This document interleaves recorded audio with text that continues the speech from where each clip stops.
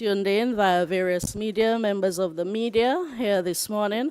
We acknowledge the Honorable Prime Minister Roosevelt Skerrit, members of Cabinet, the Cabinet Secretary, the Permanent Secretary in the Office of the Prime Minister, and other staff of the Office of the Prime Minister.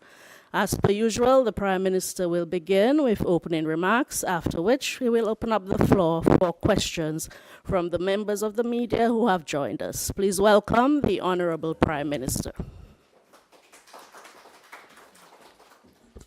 Thank you. Morning, and sorry for the late start. And I want to recognize my colleagues who are here, and of course, the members of the press, the media, and those who are following the live coverage of this press conference. Of course, this is in keeping with our commitment to having at least one engagement with the press per month. And there are times that, because of scheduling, may not happen in that order, but certainly whenever the opportunity poses itself that we do meet. I first of all want to extend congratulations to the police on the celebration of Police Week, which commenced yesterday. I had the opportunity to start off the week with them at the church service in St. Joseph, which I thought went very well. And so I extend congratulations to them and the best wishes on the week of activities. I think it's important that they are highlighting their work and their involvement in the community. Security is crucial in any society, Dominica included. And all things considered, we must say that the police in Dominica are doing a very good job in maintaining law and order and peace and enhancing the safety of our citizens and residents in Dominica. Obviously, nothing is perfect. There's always room for improvement, and they recognize that, and we recognize that, and they'll continue to work with the society, the country, to ensure that our place is secure. Security is a societal responsibility. The police has its role, but each of us in the society also have our role to ensure that there is security of person and property in Dominica. I also want to highlight the fact of the announcement of the direct flight from New Jersey to Dominica by United Airlines. This is a huge step forward and a clear demonstration of confidence that there is a growing appetite and a growing interest in people wanting to visit Dominica, to both to work and to as tourists and also to live. And no doubt this is going to enhance the opportunities for all of us in the country, and especially those in the hotel and hospitality industry, from taxi operators to hotels, to restaurants, to tour guides, to the village shops, to the farmers, to the small business owners. The more people we have is more consumption of goods and services. More consumption of goods and services mean more money in people's pockets, and we hope also more money is in the treasury of Dominica, so that we can continue to provide for the citizens. But this is a huge confidence. And just to say that I know that there were concerns and criticisms with regards to the extension of the Douglas Childs Airport. I too had my own reservations. It took me some time to eventually approve of the funds, because we build an international airport. And I'm saying, look, with all of the challenges we have and the money that we need to pay people that we owe in, how do I spend over $40 million to extend the runway and do the grooving? But ultimately, we recognize that it was an important investment. One, to sustain the flights that are coming in, that would have eliminated the cancellations because of rain and the runway being wet. But also, there was a very strong view or indication that we run the benefit of having additional flights into Dominica from new airlines. And the moment we completed the extension of the runway, the moment we grooved the entire runway, United says, we're coming. And you've seen that they made an announcement, and they'll be flying directly from Newark, New Jersey to Dominica. And I believe this is a very positive precursor to the international airport, and the opportunities that the international airport lends itself to in terms of the sustain and expansion, sustenance and expansion of the opportunities in Dominica. That if they're able to come to Douglas Charles, then certainly we expect them to come to the international airport and, of course, other source markets and so forth. So this is a very positive sign. It's a very encouraging sign. I think now we also have to double our efforts on the marketing side and ensuring that our marketing is targeted and people know more of Dominica.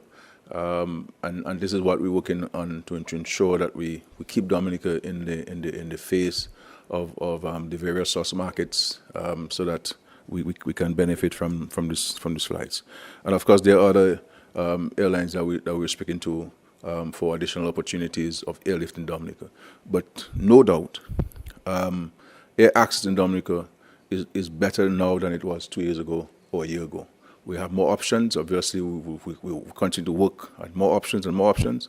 But having those direct flights from North America in Miami and, of course, in Newark, New Jersey, we'll kind of only talk about positive reinforcements and positive signs for our country. So let's embrace those positive moments and let us build on those. Now, the other issue I'd like to highlight is the attack on the CBI program. Now, let me make it very clear. We run a very robust and very transparent CBI program. This program has helped the country in times of natural disasters and in terms of ordinary times. Since I became Prime Minister of the country, we took a deliberate decision that the CBI funds will not be used for recurrent expenditure, because we never wanted to rely on it as our source of recurrent expenditure.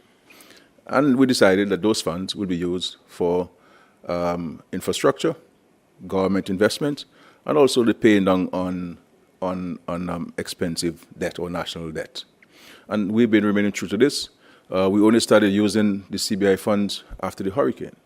Now, revenue dropped, no tax revenue coming in, you have to rebuild, and we started using some of those funds for recurrent expenditure, and also during COVID time, when everybody stayed home, both in the public and private sector, the government had to pay the salaries of all public officers, and the government also supported many private sector entities in paying the salaries of officers, of their workers, because we want to ensure that in difficult times, the dignity of the human being is assured and maintained, that people can take home a pay and pay their mortgages and to take care of their families. And we maintain this.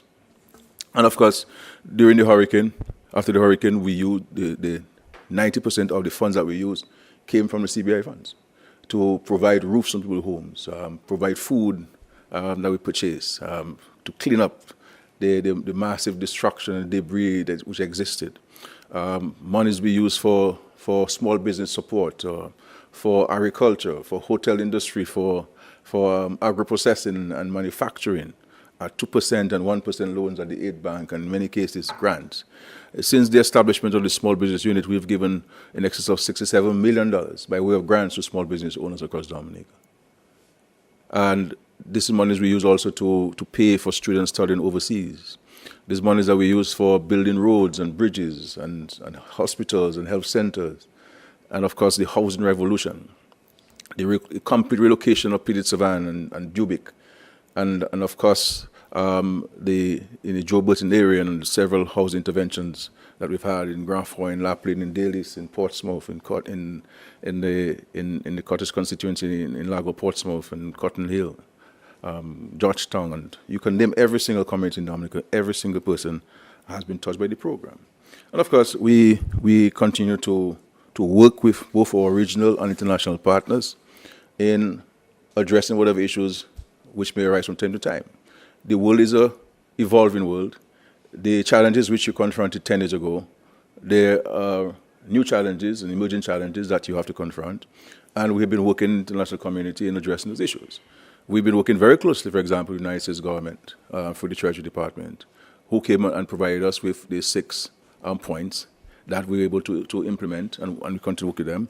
Since the meeting in St. Kitts, we've had 2 meetings with the U.S. Treasury, one in Miami and one in Grenada this year, as a follow-up to see where we are and what we're doing and how we're doing it, and we continue to engage all our partners in this.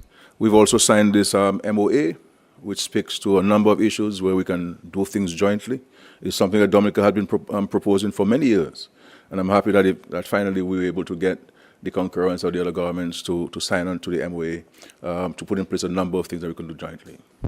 And one of the important aspects of this MOA is the setting up or the establishment of an independent regulatory body that would regulate and oversee the operations of all of the CBI programs in the region. All of this is an effort to enhance transparency, enhance due diligence, and also allow for independent arbiters to come in our program and see what we're doing that is right, see what we're doing that may be not totally correct, and see how we can strengthen the systems to ensure that the robustness of our due diligence is important.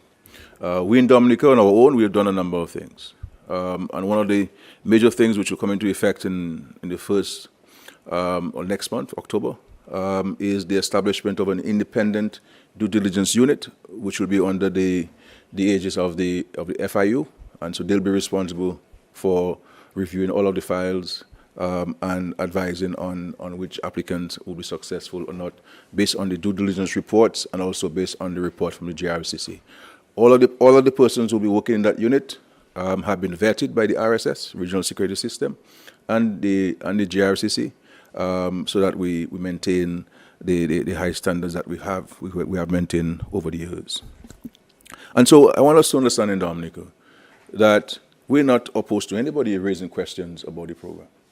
Sincere, honest, legitimate, transparent questions. But I believe every single Dominican must condemn any attempt at undermining this program. And the reality is, anytime the opposition party speaks on the CBI, has been in a negative light. They had an opportunity to speak on CBS, Al Jazeera, the Daily Mail, the France 24, France 24, and all of those moments they used this platform to besmirch the program. All in effort to undermine the program, all in effort hoping that the program could come to an end and that the people who benefit directly from the program would no longer benefit. The reality is, my dear friends, we need $5 million every month to underwrite the operations of the NEP. Now, we all in Dominica understand and appreciate the positive economic and social impacts which the NEP has on several households across Dominica. That is entirely, has always been financed by the CBI program because it is a capital project, it's a capital program, and it's financed by the CBI. Thank God we have been able so far to continue finance it. Even during the COVID time, we paid the NEP people, even if they were not working, most of them were not working. And they're components of the CBI program because people only see the NEP workers on the beautification program.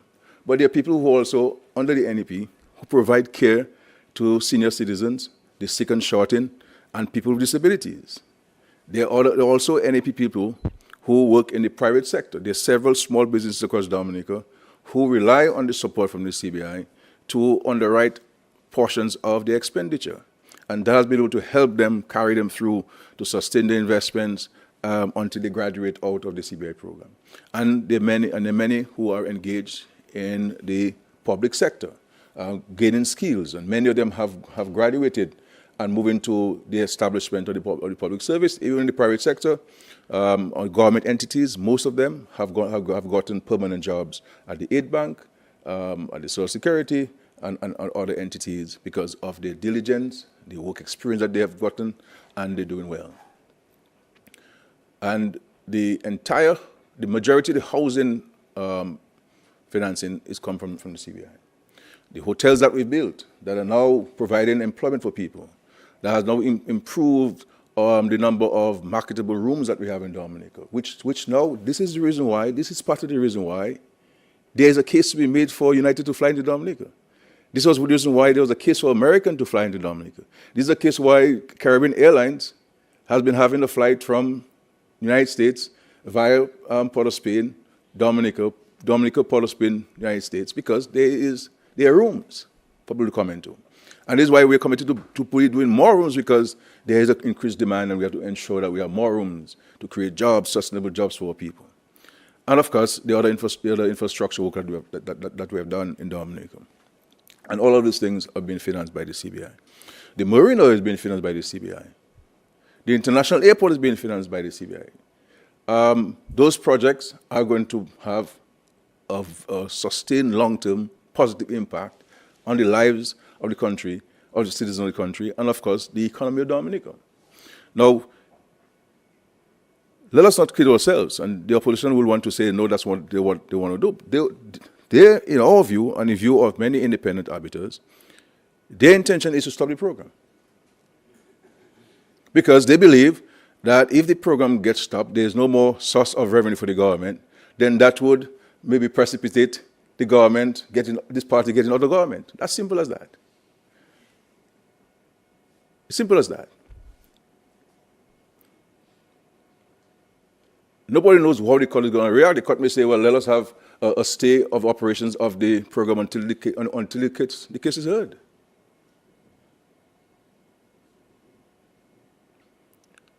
And we cannot, this should never form part of politics in Dominica. We can question things, question operations, question how things are done, but to collude with external actors who do not know how the person in Britica or the person in Penville or the person in Scottsdale or Capuchin or the Canago territory is having what he's having for breakfast today. And people are colluding with these people, some of whom have never been to Dominica, and who couldn't care hell whether Dominica exists or doesn't exist, and the Dominicans who are partnering with these people to undermine the opportunities of every single Dominican. This isn't about me. And people must never make this thing about me. This is about the country. When the Labour Party was in opposition, we never engaged ourselves in those kind of practices. Rosie would come and inform Eugenia Charles of the situation confronted by our industry. And they'll go to the British parliamentarians who were Labour Party parliamentarians and to get them to ask questions in the parliament on Dominica's behalf. But it cannot be right that this is politics. This is not politics. This is an attack on the country. It is an attack on the way of life and the livelihoods of Dominicans. That the Yes We Care program, which is a program that is providing home care to senior citizens, many of whom who have helped build this country, or the foundations on which we're building this country, but who for one reason or the other did not meet sufficient Social Security or Provident Fund contributions, and find themselves in a situation they either live alone or unable to pay for someone to care for themselves. And the government has this program that we send people to clean their homes, to bathe them, to cook for them, to let them feel that that we do care in Dominica, that we do have a caring nature within our DNA in Dominica. And this program has been financed entirely by the CBI program. So you cannot want to take an action and not think of the implications of that action or the consequences of the action. Because if you take a decision and you don't think of the implications or the consequences of your decision, then it is even more dangerous than you taking the action.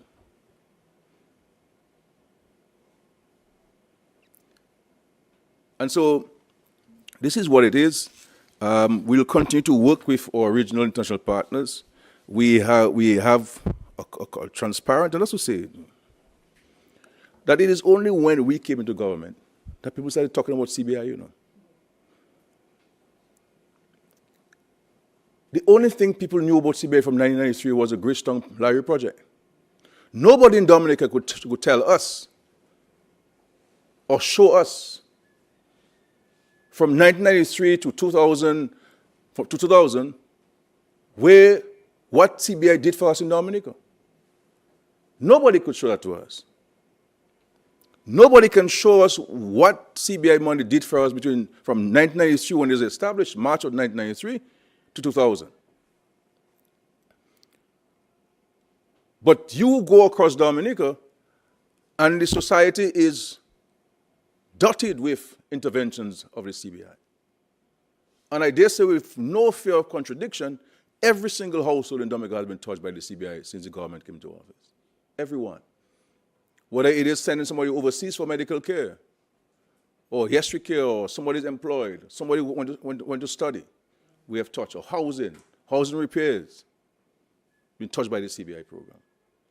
Because we always maintain that this money has to be spent to improve the way of life of people.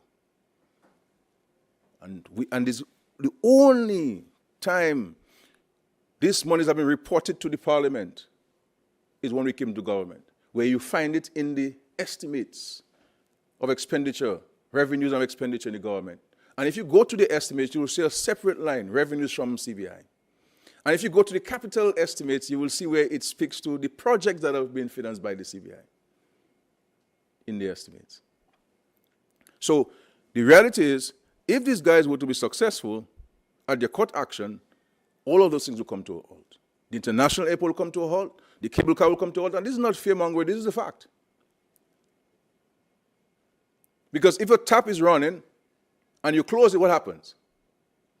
Water stops flowing. It's simple as that. It's simple as that. And all of these things come to an end. And just to tell you, some people have this notion that the CBI is, you have money in the Middle East, and people just go and pick it up on the sand and put in a bag or suitcase and bring it back. Look at the marina, for example, or the cable car or the international airport. Range, who is doing the marina, for example, are not waiting to process applications to start the project. They've gone ahead and contracted a loan of $25 million to start the project. Likewise, the cable car. They have not sold a fraction of the allocations they've given to us, but the project is 75% complete. The international airport, from the moment they signed, they started. They're advancing the monies. This is how these things operate. And so, it is unfortunate that this is the action that they're taking. We're not surprised. We're not surprised at that. And we will continue to do what we have to do.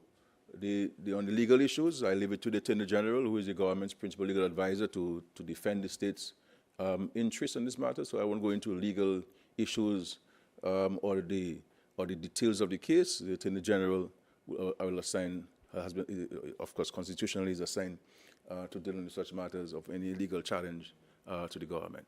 But we will be as transparent as I've always been in the defense of the patrimony of this country and in defense of the Citizens by Investment Program, and ensuring that this program continues to reign to benefit the citizens of Dominica. I will end here and allow questions to be asked of me on this or any other matter the press wishes to ask questions. Thank you.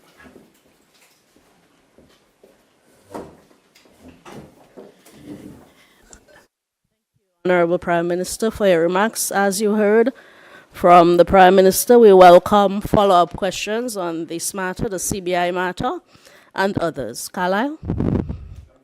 Carlisle John Baptist, Child News. PM will stay with CBI for a little while. There seems to be some issues as it relates to the drawing down of funds. I know the various projects seem to be on a go-slow. What is the latest developments as it relates to that in terms of the drawing down of funds with the CBI?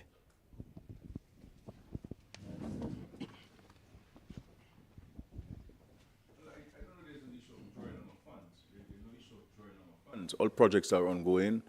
As the marina started, and they're going to go full force. There was an issue of a site to temporarily dump of the waste that has been addressed. The cable car work is ongoing. They have 211 Dominicans working on site. The international labor project is going on site.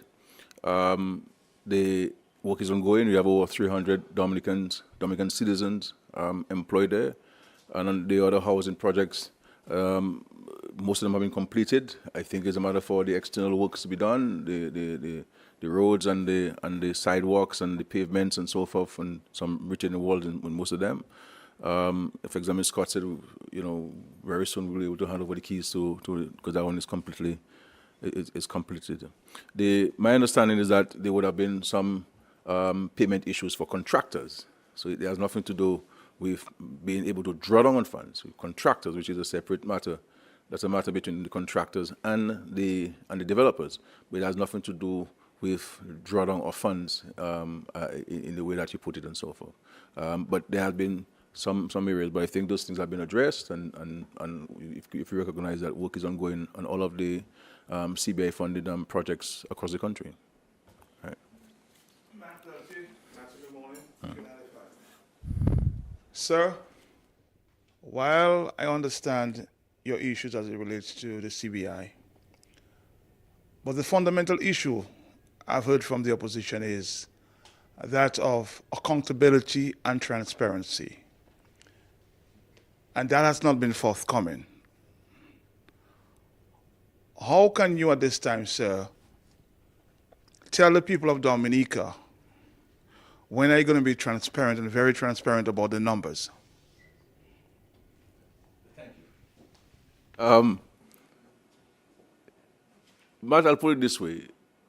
Clearly, the opposition has certain questions in their mind, and they also have their responses in their minds. Mr. Linton, who is the main spokesperson of the UWP, was in Parliament for 8 years as leader of the opposition and also the chairman of the Accounts Committee. He asked questions in Parliament, and all of those questions were responded to. If you go to the estimates of all of those years, you will see where the projected revenue is indicated, and in the previous year, the actual revenue indicated. If you go on the ground, you will see the projects that we say are being financed by the CBI. If you go into the estimate, you'll see the monies that we gave to the aid bank by way of a loan to on-lend to the hoteliers, to on-lend to manufacturers and agro-processors, to farmers, to small business owners, and to homeowners, and to home builders, rather. You'll see this. So the issue of accountability, and I made the point, that is the only time in the history of the program that the program has been accountable. You cannot tell me, Matt, of any project that you know of that is CBI funded between 1993 and 2000, except Larry River Hotel. Right, except that. That's the only thing. Larry River Hotel. All right. You never knew how much money we raised and how it was spent. But if you go to the highest authority in the country, which is the Parliament, all right, you will see in the estimates of revenues and expenditure, very transparently, the reporting. On top of that, we've had numerous occasions in the public domain to respond to issues of accountability and transparency. The issue of transparency, we open. This is why I invited, for example, the Americans, the Treasury Department, to come to Dominica when they were raising issues with us. I said, come to Dominica. Look, you come yourself, ask questions to anyone you have. They did that. Following that visit to Dominica, they submitted a report that they found nothing untoward on there, but they recognized that there's something we could do to strengthen the program.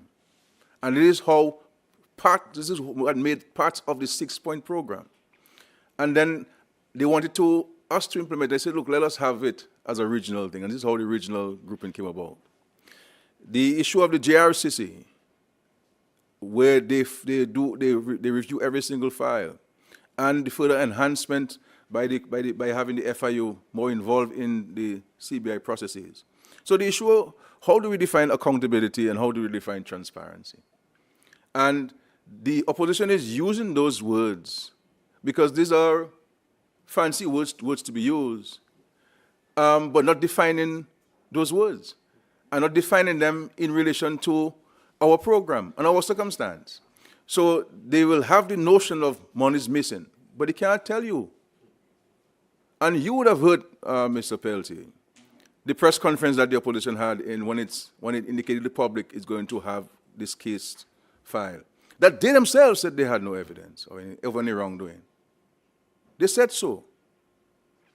So how could you accuse somebody of something that you think is wrong when you do not have evidence of they haven't done anything wrong? You get me? No, I'm saying, I guess that's left to the scene, Mr. Well, Are you concerned that given where the lawyers are going, that you might have to disclose a lot more than is being said? Everything that has been disclosed has been disclosed to Parliament, can be disclosed anywhere in the world. There's nothing for this government to hide. Absolutely nothing. So I am not concerned about having to disclose anything. My concern, because the court is an independent entity, my concern is that there could be a strong possibility that there might be a stay on the program. I don't know. And the point is, what if there's a stay on the program? What are the implications of the stay on the program? So I'm not here questioning accountability and transparency questions. No. I am questioning the motivation of the opposition on the relentless attack, because every question they have asked, we've responded to, but they're not satisfied with the response that we're giving.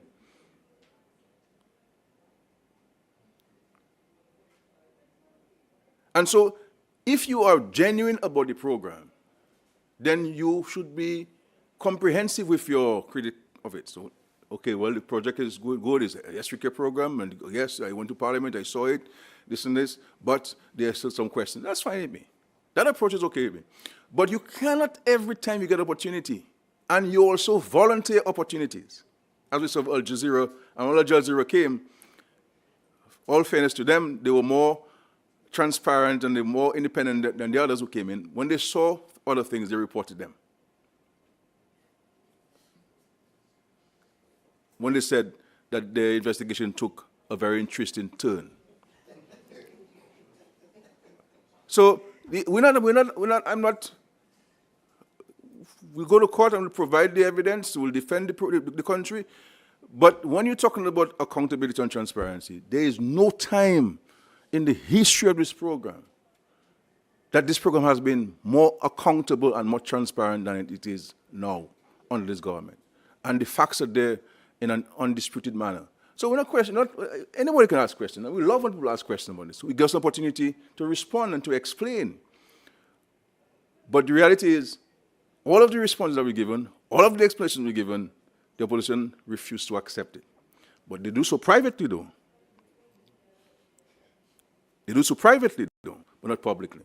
And Mr. Linton himself would have said that Dominica Dominica has a very transparent program and legitimate program. That was the time then when he made the application to become an agent with a Taiwanese lady. He made an application to be an agent in partnership with a Taiwanese lady. Yeah. To explain.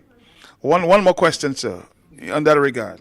Sir, you said at the last news conference, I questioned you, and you said you admitted that the contractors are having difficulty following up with Carlyle in bringing the CBI funds into the country because local banks had concerns about being de-risked by the correspondent banks. You went to St. Lucia and said something totally different. Explain and tell me what the truth is. You guys were saying, if your foreign mercenaries were saying, that we lost correspondent bank in Bank of America, which is not true. Now, if you get a check from the government today, hear this, and many people find it to be silly, but that is the reality. I find it to be silly a bit too, if you were to ask me. We give you a check of $11,000. Our accounts, that's the government accounts, is at the National Bank. It's a National Bank check. And usually when they get a check, they stop tell you what the money is for. You have to fill out a declaration. Source of funds declaration.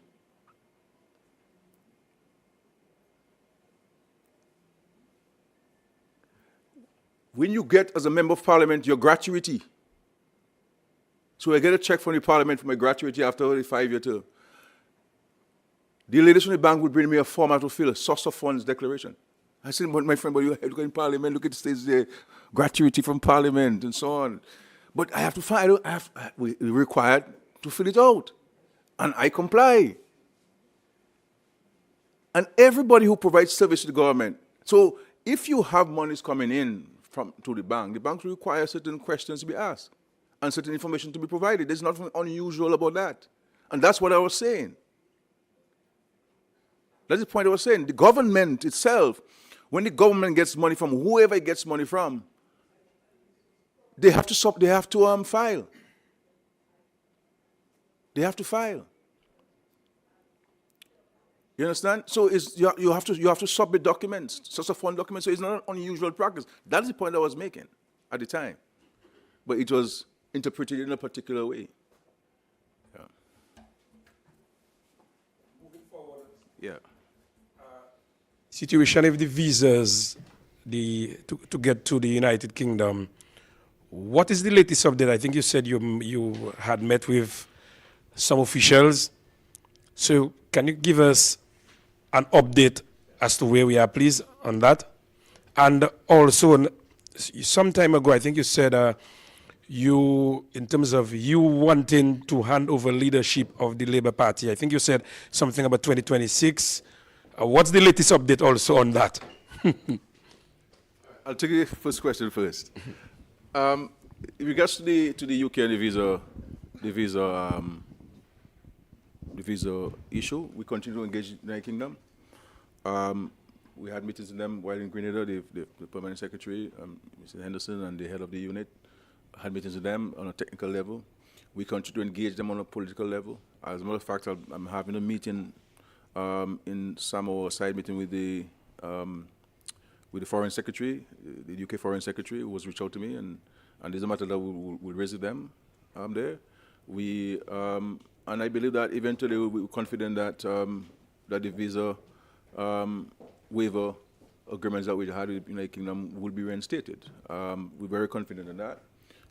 We always maintain that we felt that the decision was a bit premature, taking into consideration the discussion we were having at the time.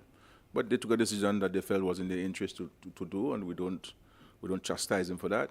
But we continue to discuss with them. We maintain excellent relations with the United Kingdom. You saw we signed the contract for the road. We broke ground for the road from Lubia to Bakatel a couple of weeks ago, and a number of other areas that we're collaborating with the United Kingdom. So we have excellent relations with them, and so we'll continue to dialogue with them with a view to allay any concerns which they may have, and to have their visas reinstated with the United Kingdom.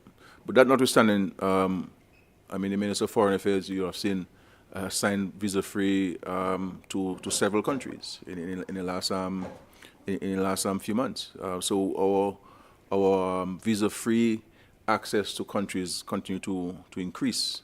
Bilateral visa-free arrangements continue to increase with many countries across the world. But the UK visa-free is important to us, and we'll continue to pursue it with great vigor and determination, with a view for having it reinstated. And we're very confident eventually it will be. The issue of the party leadership, well, you asked me this question. So the party has two very important events coming up.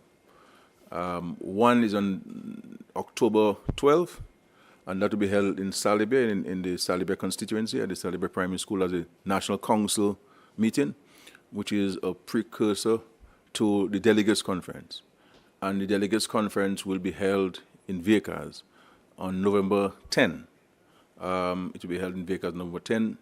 And at that Delegates Conference, all positions within the party are open for those who will be interested in contesting those positions. So from the political leadership to all of the positions within the party are open for contest. So we'll see what happens in Vegas on November 10. Yeah, of course. CBI is my pet peeve this morning. I remember a couple of years ago, sir. You got a new question? No. Hold on. You said on the platform there, I think it was St. Joseph, I have to be more precise. Can that person take my number so you can send me the questions directly? No? Well, go ahead. You would embarrass Mr. Linton with the CBI numbers. Up to this date, you have not provided that kind of information from your financial secretary or your technocrats in the office. Why not? You guys, you guys are trying to catch wind or something. I mean, the numbers are reported to the Parliament every single year. How much we raise, what it was spent for, how much we have left. The Minister of Finance reports that to Parliament every single year. It is there. It is there for anybody in the world can have access to it, including those of us who live in Dominica. So why you guys want to bring all kinds of things? You filed a case, you say you have no evidence. So why are you talking about me? About what I said on a political platform, which I can't remember. And when I look at, I have an opportunity to read some of what has been filed in the court. I'll leave it to the teenager. But Dominicans should really go and read this thing. Dominicans should really go and get a copy of what these guys are filing in this court, and that's seriously, Matt. Have you read it? No, but Matt, but have you read it? No? It's a public document, so I can get access to it. That's okay. But I'm asking you, sir, are you confident with that case going forward? Really, CBI? Of course I'm confident. We have nothing to hide, nothing to worry about. My concern, as I said, Matt, is that we don't know what the court is an independent adjudicator. The court could say, well, let us put a stay on the program until the case is heard. You have things like that happening. And my point is, if that were to happen, the implications for all of the projects and programs are being financed by the CBI. That's my point. That's the point I'm making. And we all will accept, including the supporters of the Workers' Party will accept, that these guys have gone too far in the anti-government campaign and in the efforts to undermine the survivability of this country. At a time when you have a raging war in Russia and Ukraine that is affecting every economy, at a time when Israel is going all the way into Lebanon and creating destabilizing the world, and everybody's concerned about the implications for everything else. At a time when the issue of climate change and finance for climate change that we continue to fight for. And we have seen an increase in the cost of living and the cost of goods on the shelf in every single country in the world. Every government is battling, how do we stabilize the prices on the shelves to allow people to have greater access to them? Every country in the world, the G7, far more for developing countries like ours. Every single country is battling this. How do we continue to invest to sustain jobs and job security for citizens? And instead of you articulating a vision for this country, what you're going to do, what are the projects that you're going to be doing, the programs you're going to be doing to create jobs and to reduce poverty and these things. And the question, Matt, is, senior counsels are not cheap. Well, except Tony Esteban, because he works for us and he charges less than what senior counsel would normally charge. But senior counsel are not cheap. Where is Linton getting the money and Thompson Funk get the money to pay senior counsel? Who is paying the senior counsel? Who is paying the team of lawyers on the side to fight Dominica? Who? Which people? Which people? Which people? But you know that's a mirage. You know that's a mirage. Who is financing them? Are these people who like to see our program come to an end so that they can benefit in other places? Who is financing them? These guys have declared war on the country. War on the country. This is really reflective of the days when the Ku Klux Klan were on the way to Dominica. Foreign mercenaries that Dominicans are colluding with. Well, not Dominicans, a couple of Dominicans, to undermine the country and the opportunities of Dominica. Because you know what? Thompson Fountain's salary is paid in South Sudan. So if something happens to Dominica, he's not going to be affected. And Mr. Linton's only known source of income is his gratuity pension from the parliament. And that can't be touched by government because it's protected by law. He must get it. So we can cut people's salary, we can't cut people's pension. These are the two proponents, the two generals of the anti-Dominica army, financed by external mercenaries. And part of the strategy team, external mercenaries. That's that, and Matt, we can't, this is not politics. You know that. Yeah. The cryptocurrency Tron and its associated assets have been legal tender in Dominica for some time. No, not true. Well, anyway, but can we get an update? Can we get an update? If you say that, can we get an update on what benefits have been derived from it thus far? Look, we were. Oh, no, go ahead. Okay. Right, sorry. The opposition leader in St. Lucia gave you, on some political platform, gave you a few knocks. He seemed to be angry at you going on a show. How do you respond to that attack by the opposition leader in St. Lucia? Then we've been also asking PM for a while, what is the update on that lighting system at the Windsor Park Sports Stadium? Every time we have to be asking that. And there seems to be another issue coming up. Theala forgotten funds, I see talk being raised. Well, talk being raised as to what she may have gotten and so on and so forth. Can you tell us if it is true, not true, untrue, half true, please?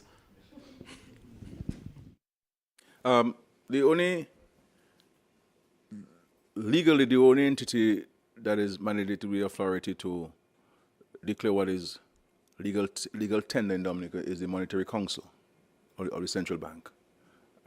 So the issue of cryptocurrency being the legal tender in Dominica is not the case. Obviously, this is a phenomenon that is throughout the world. And I believe that the Caribbean, in my view, the Caribbean is not positioning itself to take advantage of the potential benefits that is happening. If you go to all of these G7 countries, all of these G20 countries, they all engage in some form of cryptocurrency. Their banks are involved in it. But you know these things, for small people, small countries like ours, they never will allow us to get involved in it because they have to monopolize it. And I think that is a discussion that we need to have in the Caribbean, that young people need to have, and of course the issue of regulations and so on. Then let us put the regulation in place. But it's something I believe that we need to really seriously look at in the Caribbean and to see how we can prepare ourselves or position ourselves to take advantage. I must commend the government of the Bahamas, who have been at the forefront of this, having passed legislation on this, and so they're really forward thinking on this. But in our small countries, or smaller countries, we saw everything's so. But I believe that we really need to look at this very seriously, and so forth. Obviously, the issue of KYC, know your clients, and so forth, know your customer, and so on. But all of those things can be put in place.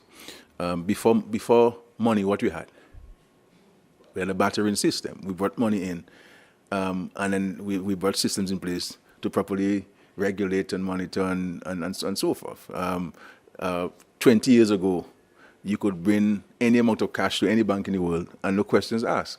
Since 9/11, if you bring $5 in a bank anywhere in the world, questions will be asked of you.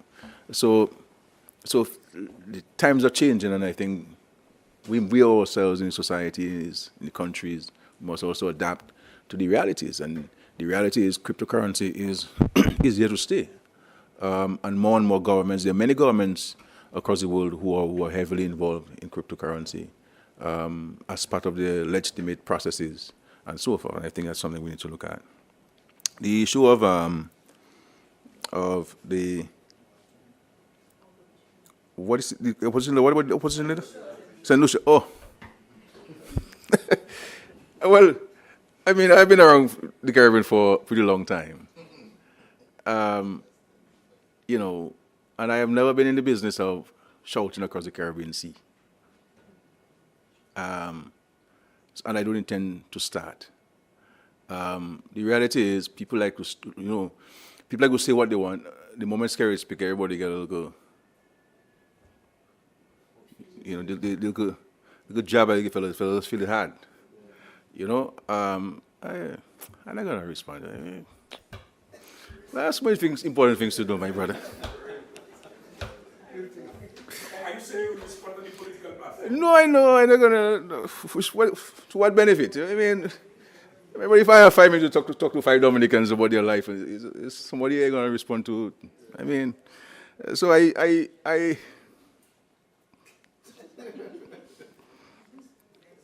when I saw somebody send me the video, I just said "choops" and I moved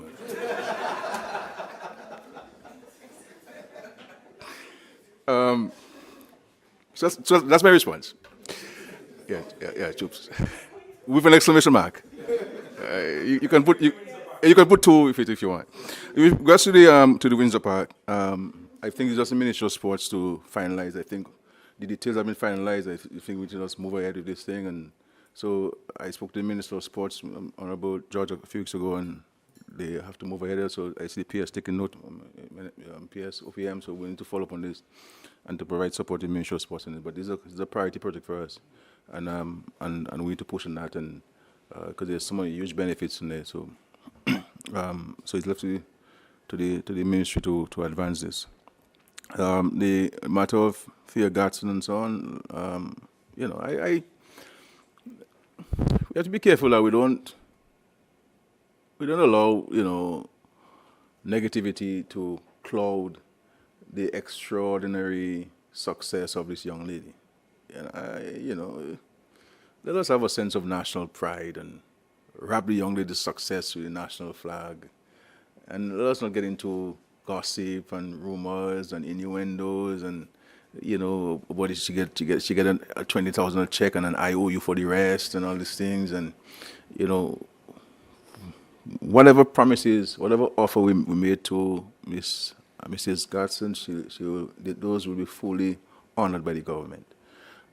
Fully honored by the government. And if the government doesn't have the money, then we'll sell a piece of land to pay for it and so on. So the issue of pay, the $400,000, she got the $200,000 that we promised to her. She got it in quick time, and she'll get the $400,000. The title being processed. I mean, I'll go for the president. And I'm hoping that by the time she comes here for independence, that she'll have a title for the land in Warner. And then by when she comes down for independence, the president will provide her with credentials, appointing her as ambassador, and of course there'll be a little ceremony in the president's office for that. So let us not let young people feel that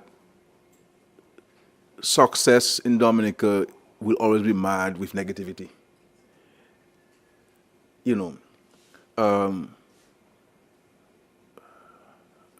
So my simple response to that is there's no truth to what being peddled on social media or through WhatsApp messages and so on. It's not fair to the young lady.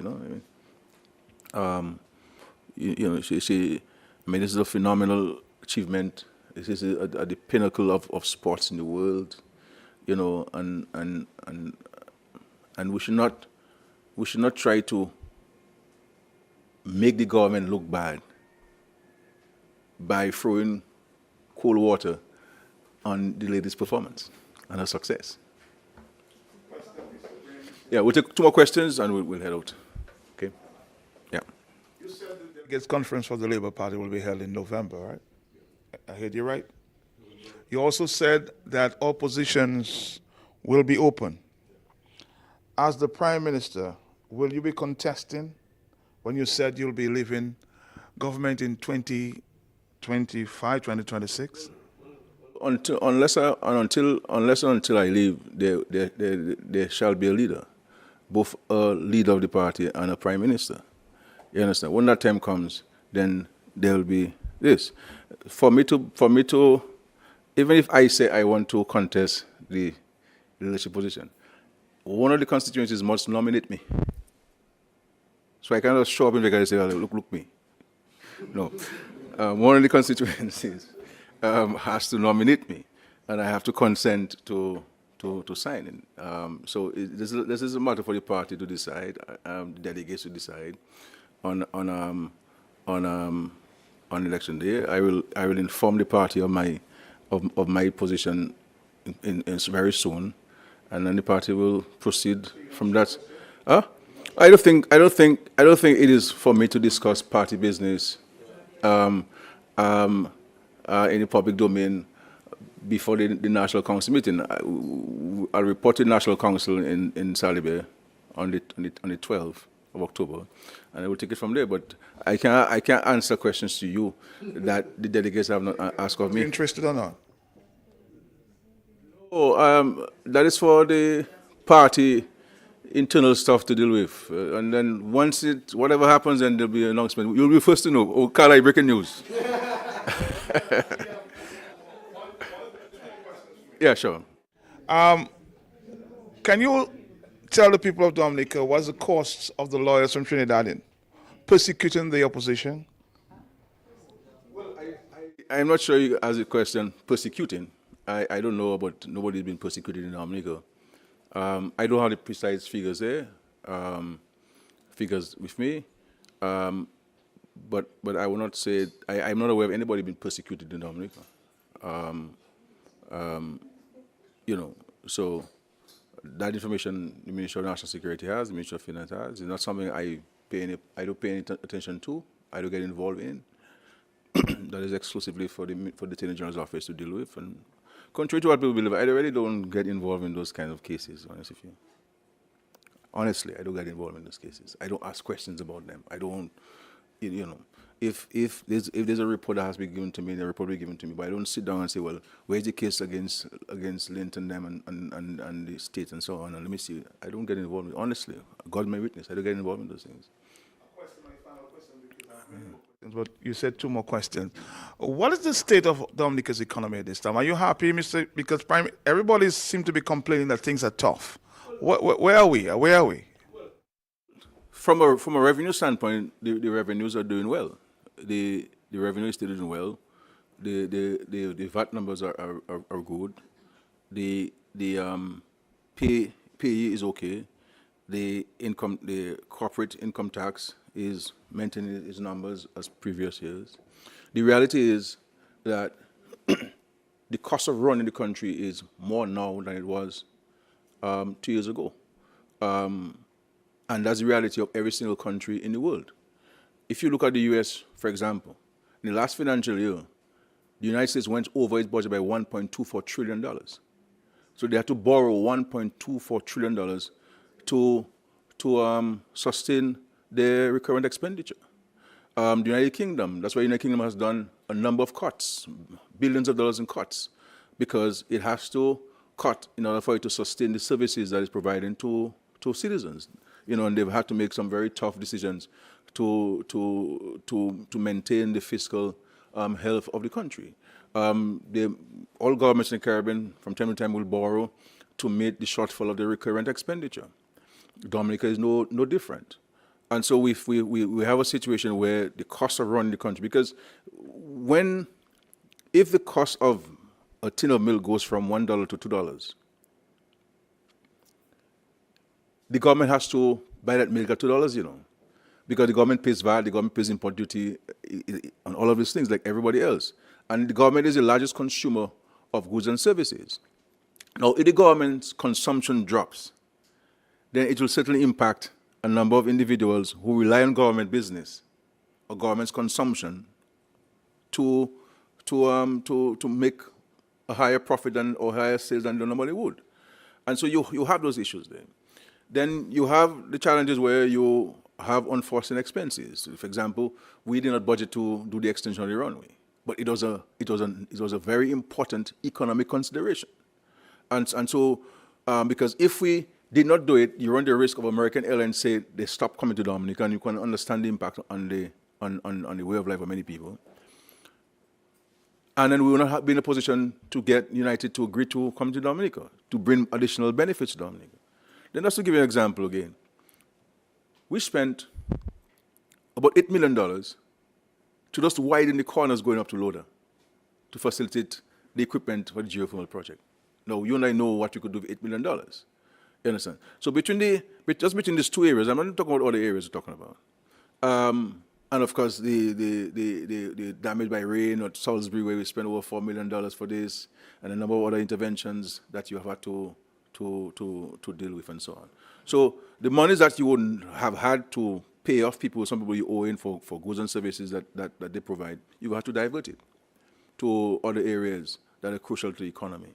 And so that is the challenge you have there, where your revenue has maintained its numbers, but your expenditure has increased. And this is why we've been trying to find ways of cutting on discretionary spending so that we don't affect the social safety net programs that we have, and that we can sustain things like the NEP and others, and also be in a position that when somebody comes to us who has to be flown out of Dominica for medical care, that we're in a position to support that family in time of need, and to ensure that the students who we have studying overseas continue to study overseas, and the government continue to pay for their commitments to them and so forth, so they can achieve their dreams and aspirations of being whatever they want to be in as a result of the government's policies. So you have those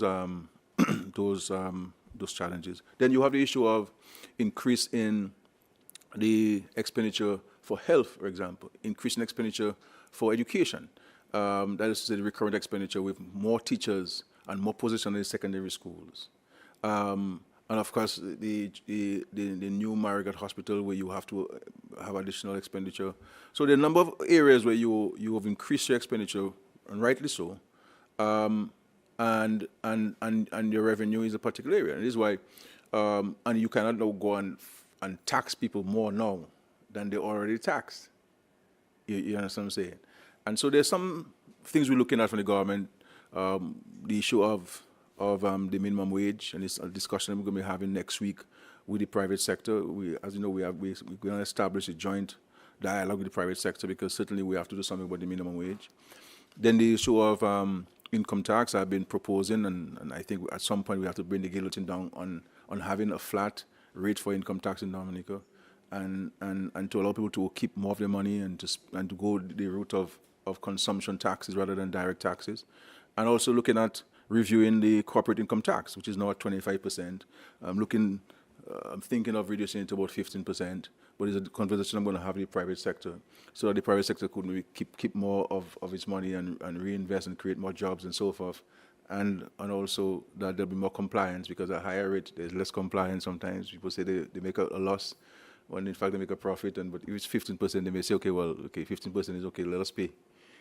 Rather than paying at 25, and so these are kind of some of the things that we're looking at to introduce. But the reality is, cost goes up. If energy costs, if fuel cost goes up, petrol and products go up, the government must pay for those things. And the government cannot tell the people at the hospital or the prison, well, keep a breakfast today, as you and I may do at our home. The government can't do that. The government must purchase. And so we have to be, my view, we have to be more efficient. We have to work on efficiency, and we have to manage waste.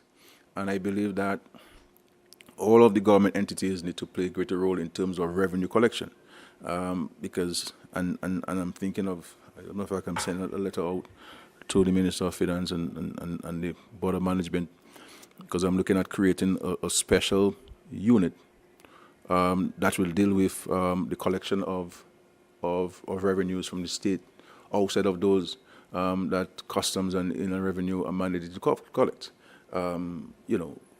We have over the years $139 million uncollected at the traffic department for vehicle licenses and personal driver's license. At the hospital, just between 2002 and 2022 and 2024, over $7 million uncollected by way of hospital services. Now, even if you collect three out of the 7 or out of the 149, you collect 10. One can understand how many bills you could pay with $13 million. And so these are the kind of things that we have to pay attention to. There are companies, there are thousands of companies registered in Dominica, but many are not paying their annual licensing fees. And so we're looking at mandating the banks, the same way the banks ask you for all sorts of information when they want to upload and update your information. That we're going to be passing legislation to mandate the financial institutions that companies must show they have paid income tax, their taxes, and paid their business license to the government in order for it to be compliant with the banking institutions. Because people kind of only speak about the challenges and not speak about the responsibility and what is the cause of the challenges. And so each of us has a responsibility to play insofar as our contribution to the solution. So the economy is not doing badly. The economy is doing well insofar as the economic indicators. I think what we need to address is the balancing of expenditure and revenue. But maybe if I was, maybe the government and the party was less, well, maybe was not people-centered, we could balance the books easily. But I don't believe that because your expenditure increase, you have to now go and cut what people rely on for the survival. You understand? So, yes, I could cut this social program or cut this one, but to what end? Yes, on paper, it might look prettier, but in terms of the way of life for the people, I believe that we should continue to hold the strain there and ensure that those who rely on the state for the survival is taken care of. And this is our commitment. And this is why you will recognize, Matt, that none of the social safety net programs has ever been tampered with. Not after Maria, not after Erica, not during the pandemic. As a matter of fact, we strengthened the programs and their operations during those times. And this is a time for us to hold people's hand, especially with the cost of living and the cost of goods on the shelves higher than ordinary times. And of course, we know part of the contribution of that, this wars and so forth. And so we can, these are external shocks, external shocks causing an impact on us. And the world needs to be stabilized. This is why we're saying that there has to be a settled approach, a diplomatic approach to the situation between Russia and Ukraine. We cannot keep just sending military assets to both sides. We cannot be seen to be prolonging the war rather than trying to find a diplomatic solution. And I have said to our friends in the G7, who we have engagements with on this matter, that we believe that we need to engage the Pope. I believe that Pope Francis has a very important role to play as an international arbiter, someone who is respected and who has a voice of reason. And I believe that the Prime Minister of India has a role to play in this. The President of China has a role to play in this. The President of Turkey will have a role to play in that. The President of the United States and the Prime Minister of Canada and the Prime Minister of the United Kingdom and France. These countries, I believe that among them, with the rest of us in the periphery of the discussion, I think we can find a solution. If we ended World War I and World War II, why can't we end the war between Russia and Ukraine? But it cannot be a situation where this thing continues indefinitely. It's 3 years now. And we have seen that we recovered from COVID-19. And the time that countries in the world were recovering from COVID-19, including Dominica, then here comes the Russia-Ukraine war.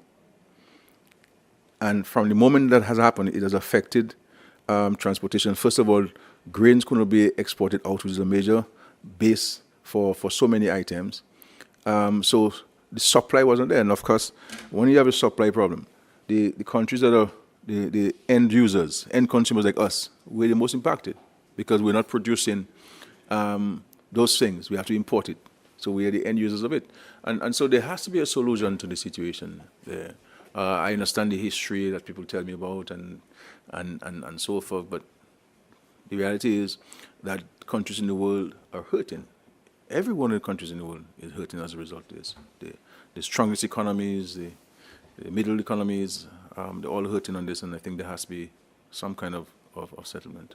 But a lot depends on the G7 countries.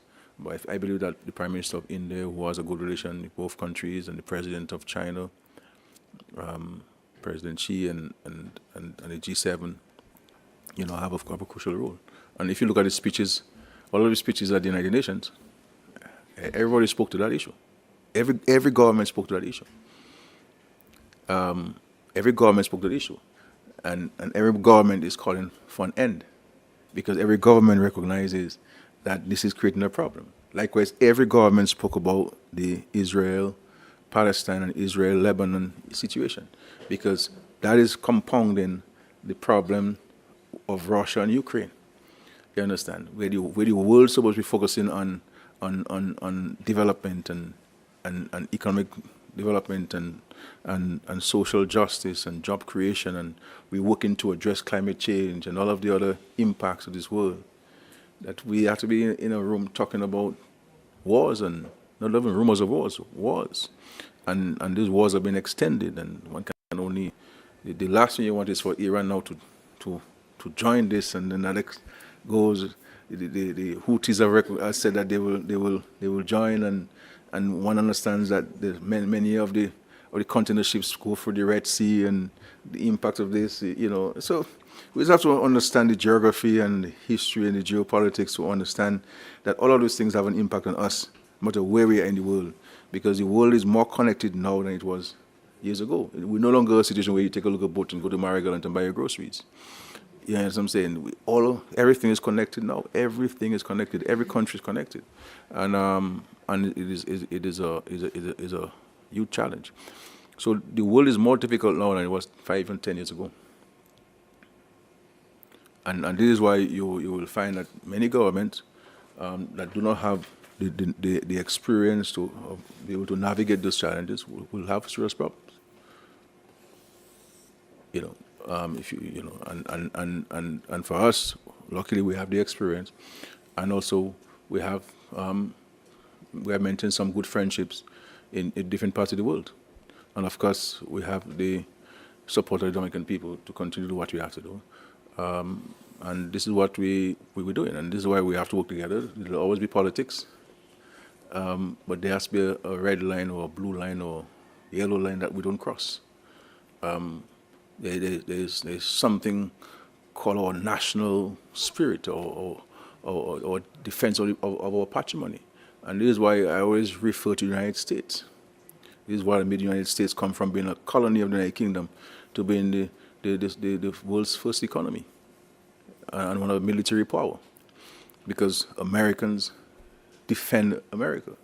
You don't go out of America and speak ill of America, even if you don't support Mr. Biden or Mr. Trump. In America, they'll fight with each other, yes, but when they go out, they're Americans.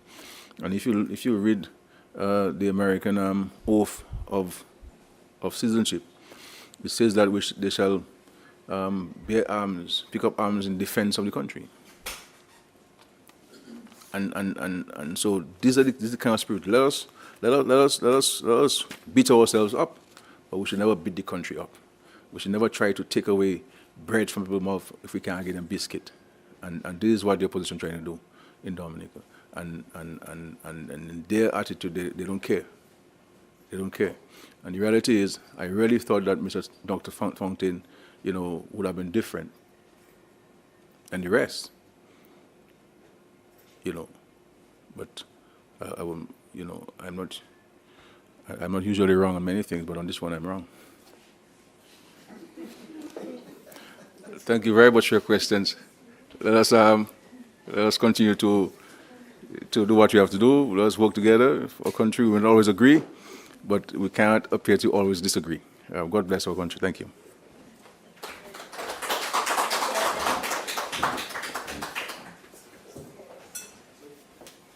Yes, we have come to an end. Thank you, Prime Minister. A lot to chew on. Kalai, I look forward to your stories. Matt, likewise. Thank you, everybody, for coming. Have a pleasant day and a good week. Thank you.